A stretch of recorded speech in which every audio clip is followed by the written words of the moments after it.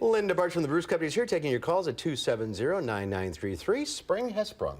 It has. I was amazed at how nice, especially after yesterday. Oh, yesterday was awful. Well, it was a little, and that wind was nippy, but so I brought a little spring long, even a geranium in full bloom, but don't get too antsy. Yeah. But if you have the bug, we are going to, you can build your own terrarium if you come to the Bruce Company tomorrow night, and then there's another one on Saturday. And then this year we also have something called Junior Gardeners Club, and it begins in April. So go online and check out, they have an event every single month that you can sign up and bring your kids and have them learn about gardening. And don't forget your Easter lily. Absolutely. All right, let's go to the phones. We'll start with Bob in Oxford. Hi, Bob. Yes, I got some blackberry bushes. When can I fertilize them, and what number can I use? Sorry. He has blackberry bushes. When can he fertilize them, and what number should he use?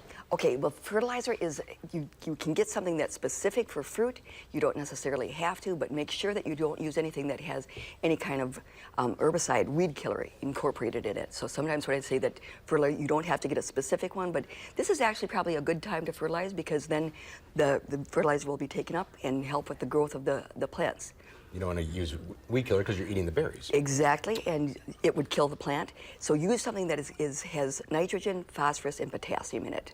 A balanced fertilizer. Okay, Mary in Beloit. Hi, Mary. Hi, I was wondering if there's a way that I can make my one-year-old orchid plant bloom again. And then my other question is, what kind of flowers can I put in my planter other than marigolds that the deer won't eat? Oh, deer. Deer can be a real problem, can't they? If you can come up with some plants that have like little fuzzier leaf, deer tend not to like that, but if deer are hungry, they're going to eat just about everything. Instead of doing all of one type of flower, perhaps incorporate several different types in there so that if they have a preference, at least they don't eat everything. Right. I mean, begonias are a good fallback, but they probably are, I don't think that it's one that animals aren't going to necessarily eat. Now the orchid, what I would suggest, this is a good time of year for you to be repotting. It depends upon what kind of orchid it is, but I like to grow them in chunks of bark better, don't overwater, and good light is very important to get it to repeat bloom. And outside is a good method. Okay, Laura in Brooklyn. Hi, Laura. Hi. Hi. I was wondering what is a good fertilizer to put on your garden in the spring? Okay, now see there you're going to find that you're going to have options where you can fertilize several times or you can get a slow release.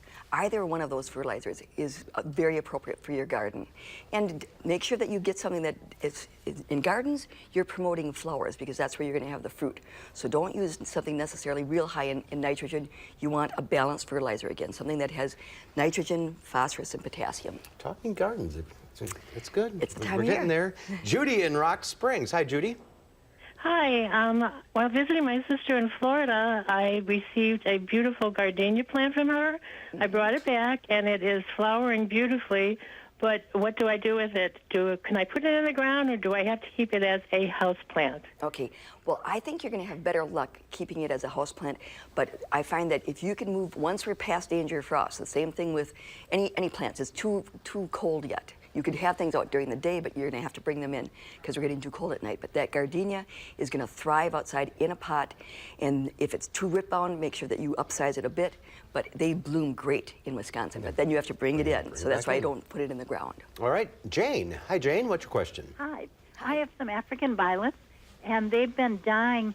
The leaves have been dying from bottom out all the time. They grew beautifully for several years, and now this is happening. Okay, well, the oldest leaves are going to die out, so that doesn't necessarily mean that the plant is bad, but it may be time to repot that African violet. And again, we're finally in April soon, and this is a great time of year to be repotting things. All right, let's go to Minna in Blanchardville. Hi, what's your question? Hi, I did not get my tulip bulbs in the ground last year, and so I'm wondering if I do get them in as soon as the ground thaws enough to do so, if they will bloom this year. No, they will not bloom. They needed a cold period to activate that flower bud. And check them out before you go to the bother of wasting energy on that. I expect a lot of them are going to be either be soft or quite hard from dry rot. Usually bulbs, unless you've stored it in the perfect place like a root cellar or something, they're going to have gone bad. All right, mark the calendar, put them in the ground in October. That's right. All right, we're out of time. You're gone for a couple weeks? I am, but Lisa will be here and then I'll be back. All right, have a good trip. Thanks. And if you're on the line, stay there. Linda will talk to you off the air and we'll be right back with a final check of your forecast.